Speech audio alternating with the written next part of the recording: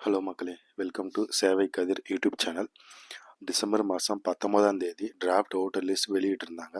அதில் பார்த்தீங்கன்னா எஸ்ஐஆர் படிவத்தில் முறையாக விவரங்களை பதிவு செய்யாத சுமார் 10 லட்சம் வாக்காளர்களுக்கு அவங்க நோட்டீஸ் அனுப்ப போகிறாங்களாம். அந்த நோட்டீஸில் உங்கள் பேர் இருக்கா இல்லையா, அந்த நோட்டீஸ் எதனால் அனுப்புகிறாங்க, எந்த இஷ்யூனால் அவங்க அந்த நோட்டீஸ் அனுப்புகிறாங்க அப்படின்னு சொல்லி தான் இந்த வீடியோவில் பார்க்க போகிறோம். இந்த வீடியோவை ஸ்கிப் பண்ணாமல் ஃபுல்லாக பாருங்கள், நிறைய பேருக்கு ஷேர் பண்ணுங்கள். ஸோ இங்கே பார்த்தீங்கன்னா எஸ்ஐஆர் படிவத்தில் முறையாக விவரங்களை பதிவு செய்யாத சுமார் 10 லட்சம் வாக்காளர்களுக்கு நோட்டீஸ் அனுப்ப போகிறதா சொல்லியிருக்காங்க.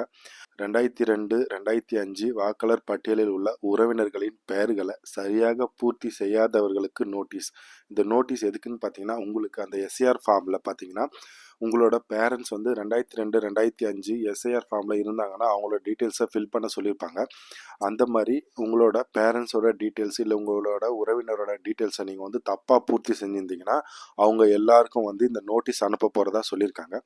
சென்னையில் சுமார் 2.5 லட்சம் வாக்காளருக்கும் திருவள்ளூரில் 1.5 லட்சம் வாக்காளர்களுக்கும் நோட்டீஸ் அனுப்ப போகிறதா சொல்லியிருக்காங்க. சம்பந்தப்பட்ட வாக்காளர்களுக்கு பதிவு தபால் மூலம் நோட்டீஸ் அனுப்பப்படும்.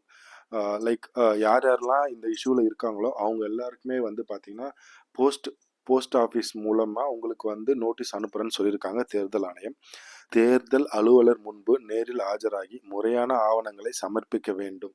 இங்கே பார்த்தீங்கன்னா யார் யாருக்கெல்லாம் நோட்டீஸ் போயிருக்கோ அவங்க எல்லாம் தேர்தல் அலுவலர் அவங்க முன்னாடி ஆஜராகி ஒரிஜினல் டாக்குமெண்ட் எல்லாத்தையுமே அங்கே சப்மிட் பண்ணணும்னு சொல்லியிருக்காங்க. நோட்டீஸ் பெறுபவர்கள் நேரில் ஆஜராகவில்லை என்றால் வாக்காளர் பட்டியலில் பெயர் இடம் பெறாது அப்படின்னு சொல்லியிருக்காங்க. யார் யாருக்கெல்லாம் நோட்டீஸ் அவங்க அனுப்புகிறாங்களோ அவங்க நேரில் ஆஜராகலைன்னா அவங்களோட பேர் வாக்காளர் பட்டியலில் இருக்காது அப்படின்னு சொல்லியிருக்காங்க. ஆதார் அட்டையை ஏற்றுக்கொள்ள முடியாது. இருப்பிடச் சான்றிதழ் உட்பட 13 ஆவணங்களில் ஏதேனும் ஒன்றை சமர்ப்பிக்கலாம்.